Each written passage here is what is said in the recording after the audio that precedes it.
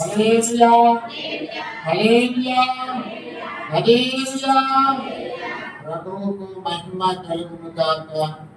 ప్రియులారా, దేవుని కృపను బట్టి మనం మరొక ప్రభు దినంలో ప్రభు సన్నిధానంలో వచ్చి దేవుని ఆరాధించాం, మహిమపరిచాం, కొనియాడాం. 10 నిమిషాలు దేవుని వాక్యం వినడానికి అవసరమైన సమయంలోనికి వచ్చి వాక్యాన్ని యోగ్యమైన మంచి మనసుతో వాక్యమును వినువారు ముప్పదంతులుగా, 60దంతులుగా, 100ంతులుగా ఫలిస్తారని ప్రభువు వారి ఉపమానము అనబడి చెప్పబడిన వాక్యం ద్వారా మనకు తెలియవచ్చుంటున్నారు. యోగ్యమైన మంచి మనసుతో దేవుని తప్పుబట్టాలని కాకుండా, సందేహాలతో కాకుండా, మంచిగా దేవుని మాటలు ఎందు వినయం, విధేయత, భయం, భక్తి, ప్రార్థనా పూర్వకమైన రీతిలో దేవుని మాటలు మనం వినాలి, నేర్చుకోవాలి, అందులో మనం జీవించాలి అనుకోగలిగినది యోగ్యమైన మంచి మనసుతో మనము ప్రార్థనలు చేసిన ఎడల, మరి వాక్యం వినిన ఎడల ప్రార్థనా పూర్వకమైన రీతిలో వాక్యాన్ని మనము నిలుసుకున్న ఎడల మన జీవితంలో ఫలిస్తాం. వాక్యానుసారమైన జీవితంలో మనం నిలబడగలుగుతాం. తగ్గించినట్టు వారంలో మనం క్రీస్తులో స్వేచ్ఛ, సంపూర్ణత దొరకడం అనేది ఉంది.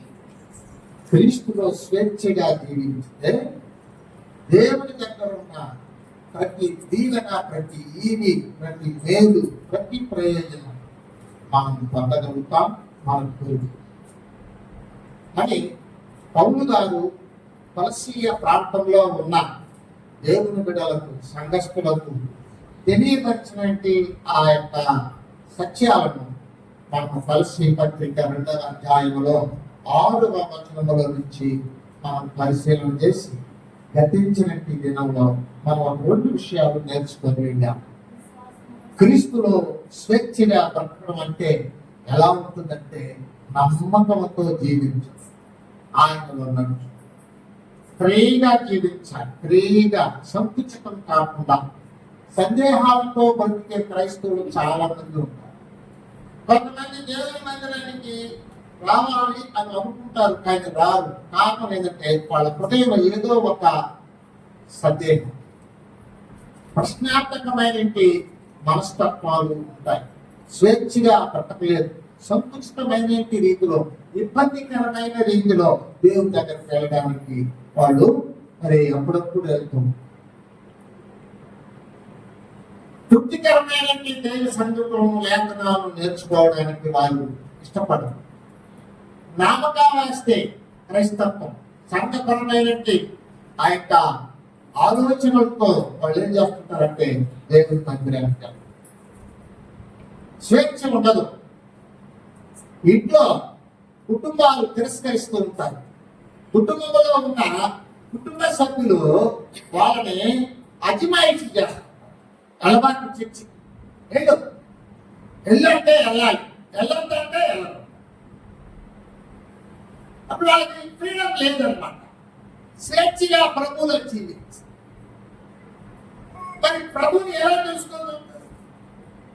నీకు ఫ్రీగా దేవునిలో జీవిస్తే అప్పుడు నీకు దేవుని దగ్గర ఉన్నది నీకు దొరుకుతుంది. నువ్వు పొందగలుగుతావు, సాధిస్తావు, సంపాదిస్తావు. నువ్వు ఎందుకు కొరకు దేవునిలోకి వచ్చావో దానికి సంబంధించిన వాటికన్నా ఎక్కువగా నువ్వు దేవునిలో పొందుకో. నువ్వు సంకుచితంగా నమ్మినట్టుగా, బ్రతుకున్నట్టుగా, కుటుంబంలో తిరస్కారానికి, జనాల సమూహాల యొక్క బాధలకు, ఇబ్బందులకు నువ్వు దేవుని పరిపూర్ణంగా సేవించలేక నువ్వు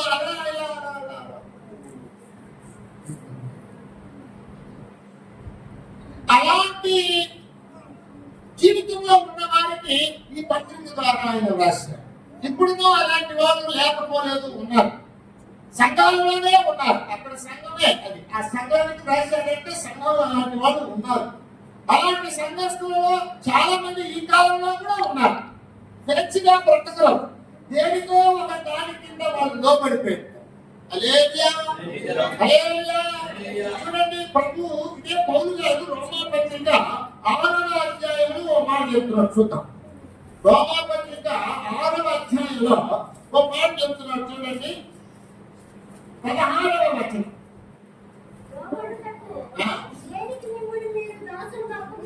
చూసారా, లోబడడానికి దేనికి మిమ్మల్ని మీరు దాసులుగా అప్పగించుకున్నారు? చావు నిమిత్తముగా, పాపమునకే గాని నీతి నిమిత్తముగా, విధేయతకే గాని దేనికి మీరు లోబడుతున్నారు? దానికే దాసులగుదురని మీరు ఎరుగరా? హల్లెలూయా, హల్లెలూయా. దేనికి లోబడిపోయావో, దేనికి నువ్వు లోబడిపోయావు, దానికి దాసులే. కొంతమంది డబ్బుకు లోబడిపోతారు, బంధువులకు లోబడిపోతారు. చూసారా, కొంతమంది మందుకు లోబడిపోతారు, స్నేహితులకు లోబడిపోతారు. రేపు రోజులేరా చర్చికి, రోజు మనం అందరం పిక్నిక్ బాధపడతా అంతే. ప్రభువును స్వేచ్ఛగా బ్రతకడానికి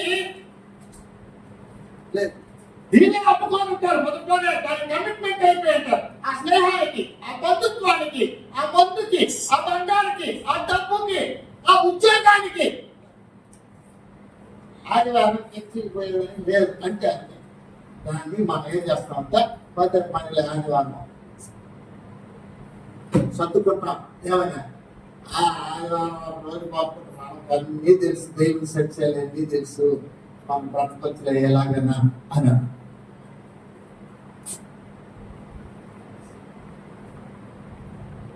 ప్రతి సందర్భంలో శరీరం ఆరోగ్యానికి సహకరించుకోవడం వల్ల కూడా అడగలంటాం. అటువంటి పరిధిలో ప్రభుత్వం మన గురించి తెలుసు. అటు వాటి గురించి ఇక్కడ మాట్లాడటం. దేనికి లోపరుచుకున్నావో, దేనికి నీవు లోపరుచుకున్నావో దానికి నువ్వు దాచు. అది నేను అతిమైషన్ చేస్తాను. నడప చెడుప ఉండు.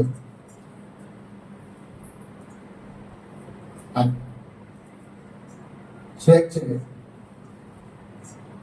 ఒకసారి మనల్ని విడిపించినాడట. గంతపత్రిక 5వ అధ్యాయం మార్చి వచ్చిన ఆయన చెప్తున్నాడు.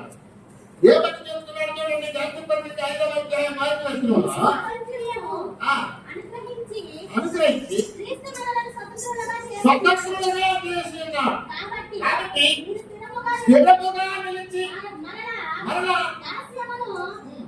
కాడి కింద చిక్కుపడుకుని స్థిరముగా నిలిచి అంటే అట్లా స్వేచ్ఛగా దేవుణ్ణి బ్రతకాలి, స్వేచ్ఛగా బ్రతకాలి. మన ఇంటికి బంధువులు వచ్చారనుకో, బంధువుల కోసం మనం ప్రారంభం, బంధువుల కోసం దేవుని ఆరాధించు. బంధువుల కోసం ఎంత దరిద్రమైన జీవితం. ఫ్రీడమ్ లేదు, అమ్ముకునేసినాం. దేనికి అమ్ముకునేసినాం? మందుకి. మందు లేకపోతే బతుకులేనమ్మా అంటారు. మందు లేకపోతే బతుకులేదంట. బైబిల్ ఏమందట? నా ప్రియుడా యేసయ్యా, నీ కృప లేనిదే నే బ్రతకలేను, క్షణమైనా నే బ్రతకలేను. నా ప్రియుడా, దేవుడు లేకపోతే ఒక క్షణమైనా బ్రతకలేదని వాక్యం చెప్తూ ఉంటే, తప్పు లేదంటే నాకు పిచ్చిచ్చినట్టుగా ఉంటుంది. వాళ్ళతో మాట్లాడకపోతే ఎవరు లేకుండా ఒంటరిగా ఎలా బ్రతికేది? నేను బంధువులు ఎవరు లేకపోతే నేను ఎలా బ్రతికేది? ఒంటరిగా ఎలా బ్రతికేది అంటే ఆయన అన్నాడు, వారి మధ్య నుండి బయలు వెళ్ళి ప్రత్యేకంగా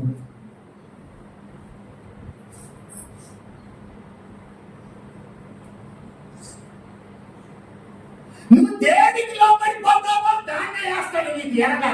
సాతాను చేపలు పట్టడానికి చేపల వేటగాడు ఏం చేస్తాడంటే, ఇక్కడ అన్ని గిరిగేలు ఉన్నాయి, దీనికి శనగ పిండిగానే బాగా ముక్క చేసి ఊళ్ళో ఏం చేస్తా ఆవుని వెనకని చక్కగా గడిపోతాడు. తెలిసిపోతాడు వేటగాడు. అదే అందులక్క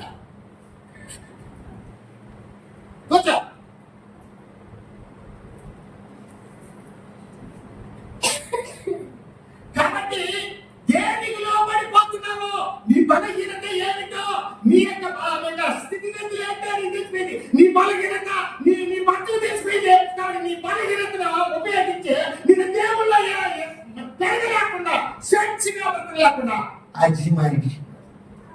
నీ భార్య నీ బలహీనత, నీ భార్య ఏం చెప్తాడో అవి చేస్తున్నావు. భార్య చెప్పేది వినడం, భర్త చెప్పేది వినడం, దేవుడు చెప్పింది వినకపోవడం, నీ భక్తిలో స్వేచ్ఛ లేదనేది నువ్వు గుర్తించగలగాలి. అమ్మ చెప్పింది ఏనాడో, నాయన చెప్తే ఏనాడో, అవన్నీ కూడా ఎప్పుడైతే జీవితంలో మనం ప్రభు గురించి తెలుసుకోమన్నప్పుడు అది ప్రభువుల గురించి నువ్వు తెలుసుకుంటే వాళ్ళు ప్రభువులోనే నడవాలి, నువ్వు ప్రభువులోనే నడవాలి, అందరూ ప్రభువులోనే నడవాలి. ప్రభువును బట్టే ముందుకు సాగాలి. ఈ రోజుల్లో అమ్మా నాన్నలు అంటున్నారంటే కొంతమంది నేను చెప్పింది వింటే నీకు పెళ్లి చేస్తా, ఇల్లు కడతా, నీకు అది చేస్తా, ఇది చేస్తా.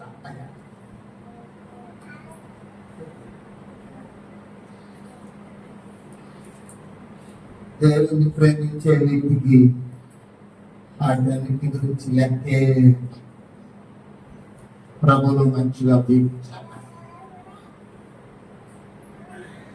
మీ ఆధ్యాత్మికమైన జీవితంలో మీ విలువైన దాన్ని తెలుసుకుంటేనే ఇవన్నీ మీకు అర్థమవుతాయి. లేదంటే అర్థం ఏంటి, అమ్మ నాన్న నాకు వెళ్ళకుండా బంధువులు ఎవరు వద్దా, పైసా లేకుండా ఎట్ట బతికేది, ఇవన్నీ చెప్తున్నాడైనా ఇది ఎవరు తెలుస్తుంది బాధ, ఇది కఠినమైన బాధ అనేది బతుకు జరిగితే అది ఉందో లేదో నీకే తెలుసు.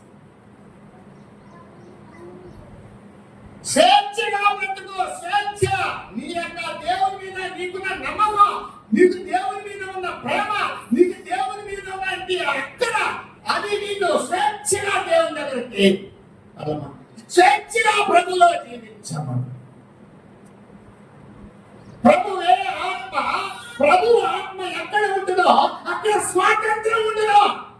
నీ దగ్గర ప్రభు ఆత్మ ఉంటే స్వేచ్ఛగా బ్రతుకుతావు. దురాత్మ ఉంటే సంకుచితంగా లాగుతుంది, కొంగ తీసుకుంది.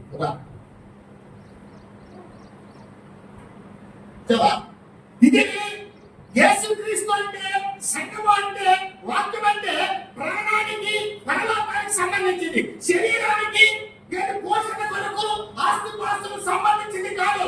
యేసయ్య మొదటే చెప్పాడు, ఈ లోకంలో నువ్వు డబ్బు సంపాదించి పెట్టుకోబాబు, అది పోతుంది. శరీర కోరికల మీద నువ్వు కోరికల మీద ఆశ పెట్టుకోకు అన్నాడు. లాస్ట్ వచనం చదువు, రోమా పత్రిక, రోమా 13 చివరి వచనం చదువుదాం. మెట్టుకు ప్రభు అయిన యేసుక్రీస్తును ధరించుకొనిన వారే శరీర నెరవేర్చు కొనుటకు శరీర విషయమై ఆలోచన చేసుకొనకుడి. హల్లెలూయా. శరీర విషయం ఆలోచన చేసుకుంటూ అస్తమానం శరీరానికి, అస్తమానం ఇంటికి ఇంటికి ఇంటికి ఇంటికి ఇంటికి రోగి అయిపోవడం తప్ప ఇంకేమి లేదు. నువ్వు రోగి అయిపోతావు అంతే. నీకు చివరికి కలిగే ఫలితం ఏంటంటే రోగి అయిపోతావు. ఎప్పుడు 24 గంటలు డాక్టర్ దగ్గర నీకు జరిగింది, నువ్వు ఎక్కువ ఆలోచన చేస్తున్నావు, ఆలోచన చేయాలి. ఆయన చెప్తే కరెక్ట్ అంటాం, దేవుని వాక్యం చెప్తే కరెక్ట్ అని అనుకో. నువ్వు దేవుని మీద దృష్టి పెట్టాలి. ఆయన ఏమన్నా తెలుసా, పాపపు ఊబిలో నేనుండగా ప్రేమతో నన్నాకర్షించితిరే, కల్వారి రక్తముతో శుద్ధి చేసి రక్షించి పరిశుద్ధులతో నీతి ప్రభువాని సముఖమునందు సంతోషము కలదు. హల్లెలూయా. సంతోషమైన జీవితము నీలోకి రావాలంటే ప్రభు ఇచ్చేటి స్వేచ్ఛ జీవితాన్ని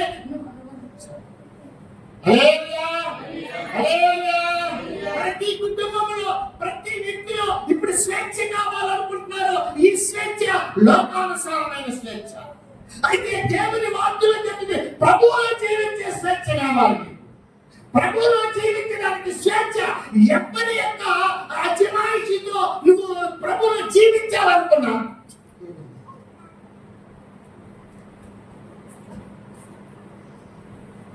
నువ్వు ప్రభువులో స్వేచ్ఛగా బ్రతకాలంటే నీ పక్కన వాళ్ళని కూడా ప్రభువులో నడిపించుకోగలిగితే నీకు ఇంకా సులువు. నువ్వు వాళ్ళని వదిలిపెట్టేసావనుకో, వాళ్ళే నీకు గుదిబండ అడ్డురాయి, వాళ్ళే నిన్ను ఇబ్బందులకు పెట్టేసేవాళ్ళు, వాళ్ళే నీకు అడ్డేసేస్తుంటారు. అంటే నీ భక్తి అర్థం. అందుకోసం ప్రభు ఆత్మలో తెలియవలసిన మాట స్వేచ్ఛ. నమ్మకముతో జీవించడం వల్ల నువ్వు స్వేచ్ఛను పొందుతున్నావని నీకు రుజువు. పరిస్థితి పత్రికలో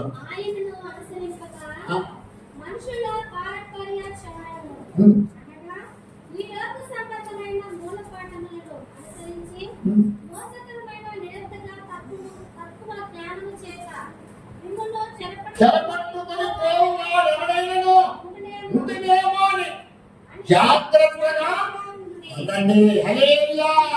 మీకు లోక సాంప్రదాయాలు, ఆచారాలు, మత దేశాలతో కూడిన కార్యాలు, మత సంబంధమైన లోక సంబంధమైన కార్యాలను గురించి మీకు నేర్పించి నిన్ను ఏమార్చే వాళ్ళు ఎవరైనా ఉన్నారో ఏమో, మోసపోకుండా జాగ్రత్తగా చూసుకో. ఇది ఇంత చేయాలి, అది అట్ట చేయాలి, ఇది ఇంత చేయాలి, అది అట్ట చేయాలి అని చెప్పి సాంప్రదాయాలు, ఆచారాలు, లోక సంబంధమైన తత్వ జ్ఞానంతో కూడిన ఆ యొక్క ఆలోచనలో నిన్ను మోసం చేస్తాయి. వాటిని నువ్వు పసిగట్టి వాటిని విడిచిపెట్టుకోవాలి. అప్పుడు నువ్వు స్వేచ్ఛగా బ్రతకకుండా ఉంటే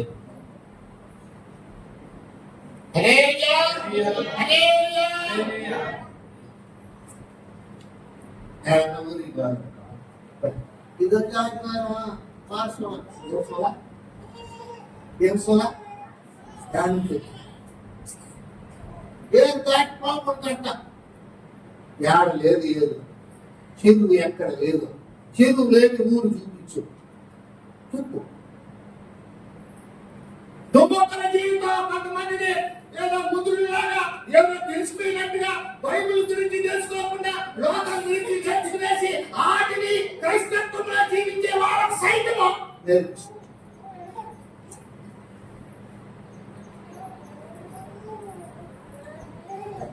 సాంప్రదాయాలు ప్రార్థన చేసుకునే దానికి నేర్పించడానికి వదలేదు కానీ కొంతమందికి, ఇంట్లో వాళ్ళకి చెప్పుకునే దానికి లేదు కానీ కొంతమందికి, బయట వాళ్ళకి సాంప్రదాయాలు చెప్పడానికి తెలియదు.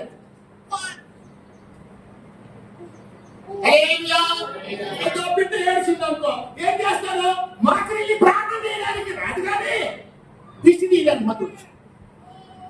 ఇది ఎక్కడ నేర్చుకున్నాను, ఎక్కడుంది బైబిల్లో? నువ్వు ఎందుకు వచ్చావు యేసు ప్రభువులోకి? నువ్వు యేసు ప్రభువులోకి వచ్చేటప్పుడు ఫ్రీగా రావాలా, వాటన్నింటినీ విధులు పెట్టేసి రావాలి. నువ్వు ఆ వాటన్నింటినీ చక్కర పెట్టుకొని వస్తే అది నిన్ను స్వేచ్ఛగా బ్రతకనివ్వదు. ఒక ఆయన ఇచ్చినాడు మాట్లాడిన నా దగ్గరికి సార్, నేను అప్పుడు వస్తే చాలా అప్పుడు వస్తే చాలు ఈ గారు తెలుసుకున్నా. అది నా దగ్గర నేను మాట్లాడుతున్నా. ముదుర్తు మీ పేరు రాసి ముదుర్తు లేదంట, ఏదైనా ఒకటి చూడాలి సార్ అంట, ఏదైనా ఒకటి చూసి ఎటు తిప్పే అని తింటా ఉన్నది, నీకు దారి ఉన్నది అని చెప్పి. దారి ఏది లేదు. ఏసీ మార్గం, ఏసీ సత్యం, ఏసీ నిజమం, ఆయన ద్వారా తప్ప దేవుడు. దీనికి రావాలన్నా నువ్వు బ్రతికి పోవాలన్నా ఏసీ మార్గం. ఏసులో పాపం లేదు, నీలో పాపం పెట్టుకొని ఏసులో జీవించాలనుకుంటే నీ జీవితం అంతా అయిపోయినా కూడా సరే నువ్వు స్వేచ్ఛగా బ్రతుకు. ఇక్కడ ఒక్కడు ఇలాంటి తత్వ జ్ఞానంతో, లోక జ్ఞానంతో మిమ్మల్ని మోసం చేసే వాళ్ళు ఉంటారు. జాగ్రత్త. అది చెప్పి ఇది చెప్పి మీకు తప్పుడు సలహాలు చేసి మీ ఆత్మీయ జీవితాన్ని కాస్త పాడు చేసే వాళ్ళు ఉంటారమ్మా, ఉంటారయ్యా. అటువంటివన్నిటిని వదిలి అప్పుడు ఇక్కడ చూడు, ఇప్పుడు చూడండి 16వ వచనం ఒకసారి చదవండి. కాబట్టి అన్నపానముల విషయంలోను పండుగ, అమావాస్య, విశ్రాంతి దినము, అనువాటి ఏమో అన్నవాటి విషయంలో నైనా నీకు తీర్పు నీకు తీర్పు తీర్చుట ఎవరికి అవకాశం ఇవ్వబాకండి. నీకెవరు బోధించు, నీకు బోధకుడు ఒక్కడే, నీ సంఘ కాపురే. నీకు బోధించేవాడు సంఘ కాపురే, వేరొకరు కాదు నీకు బోధించేది. నీకు బైబిల్ ఉంది, పరిశుద్ధాత్మ దేవుడు నీకు బోధిస్తాడు వాళ్ళలో నుండి. ఆ బోధనను నిలబడాలి. ఎవరెవరో విశ్రాంతి దినము, అమావాస్య, పౌర్ణమి ఇట్లాంటి మాటలు అన్ని పెట్టుకొని తత్వజ్ఞానముతో, లోక జ్ఞానముతో తప్పుడు సలహాలు ఇచ్చి పాపాన్ని తెచ్చుకునే వాళ్ళు చాలా మంది ఉన్నారు. వాక్యం చెప్పడానికి చేతలేదు కానీ ఇక్కడికి రాత్రి చెప్పుకోలే ఇలా దేవుని బిడ్డలో స్వేచ్ఛకరమైన జీవితంలోకి ఎలవేయకుండా అక్కడికి పాపం తెచ్చుకునే వాళ్ళు చాలా మంది ఉన్నారు. ఈవెన్ తల్లిదండ్రుల్లో కూడా అలాంటి వాళ్ళు ఉన్నారు. పిల్లలకు తప్పుడు సలహాలు ఇచ్చారు. హల్లెలూయా! ప్రభువుని ఎరిగి జీవించే నీకు కాళ్ళలో నరదారం పట్టుకునేది ఎవరు నేర్పించారు నాకు తెలియదు. ఎక్కడ నేర్చుకున్నావో ఆ సాంప్రదాయం ఎవరు చూపించినా నీకు అది తప్పుడు కోటే కదా. దానివల్ల నీ జీవితం మార్పు ఎక్కడ వచ్చింది?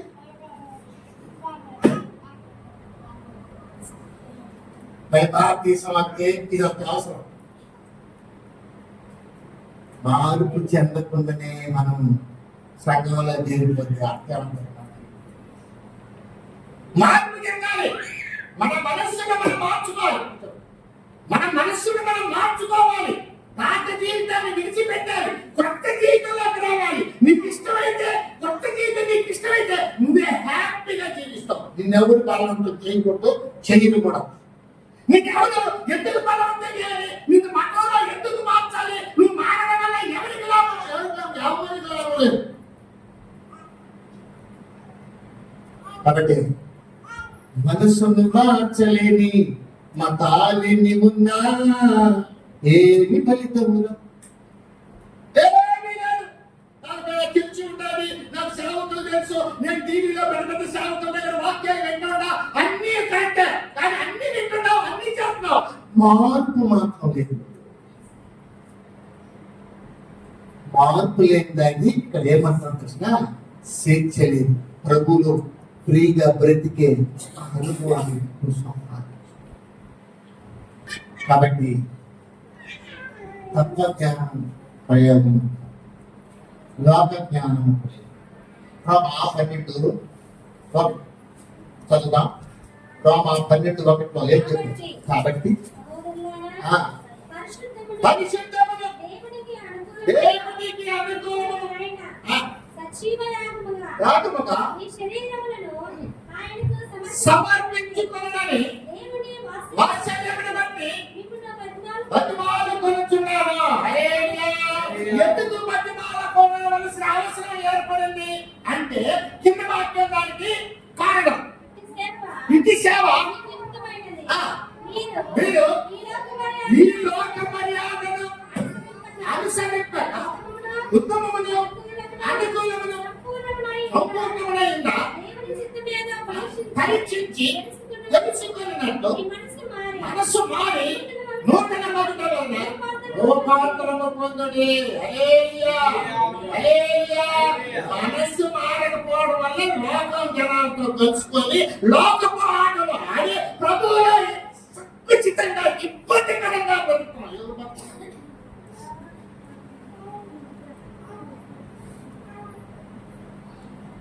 లోక మర్యాద, ఈ లోక మర్యాద ఆ సమర్పణ జీవితాన్ని అడ్డగిస్తుంది. ఈ మనుషుల యొక్క తత్వ జ్ఞానం, ఈ మనుషుల యొక్క జ్ఞానం ఏం చేస్తుందట?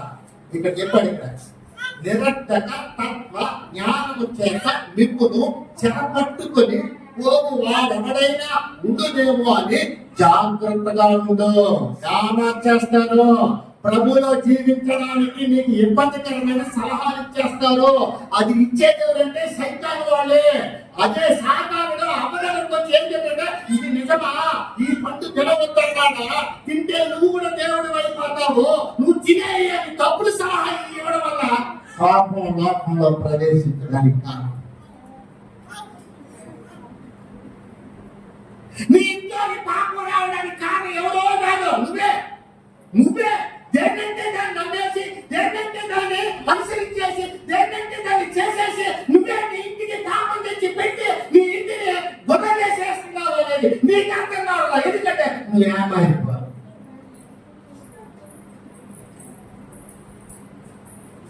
ఎందుకేమని జీవితంలో అన్ని తెలుసు కదా, జీవితంలో అన్ని మాట్లాడుతాం కదా, అన్ని చేయడానికి మనకు తెలివితేటలే కదా. ప్రభులోకి వచ్చిన తర్వాత ప్రభు ఏం చేయాలో నేర్చుకోవాలి. నేను చర్చికి వచ్చేస్తాను, నాకు ఏది బాగా చేసేస్తాను అంటున్నాడు నా దగ్గర. నేనేమన్నా నీకేమన్నా వైద్యున్నా మంత్రగాడినా, నేను కాదు బాగు చేసుకుని పోయాను, నేను కాదు చేసుకుని చేస్తాను. ఆయన పోయాడు.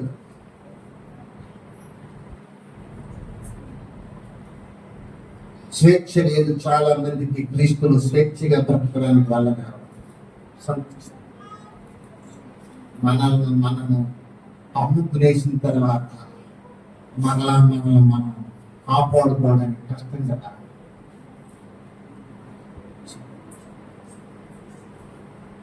ఇట్లా వస్తాం, దేవుణ్ణి ఆయన దగ్గర అగ్రిమెంట్ చేస్తాం, అటుపోతాం దెయ్యం వాళ్ళతో అగ్రిమెంట్ చేస్తాం. ఏడు అగ్రిమెంట్, ఆడ అగ్రిమెంట్ దేవునిలో స్వేచ్ఛ జీవితం లేకపోవడం వాళ్ళ మార్పులు పొందలేము. స్వేచ్ఛ జీవితం మనకు స్వేచ్ఛ లేకపోవడం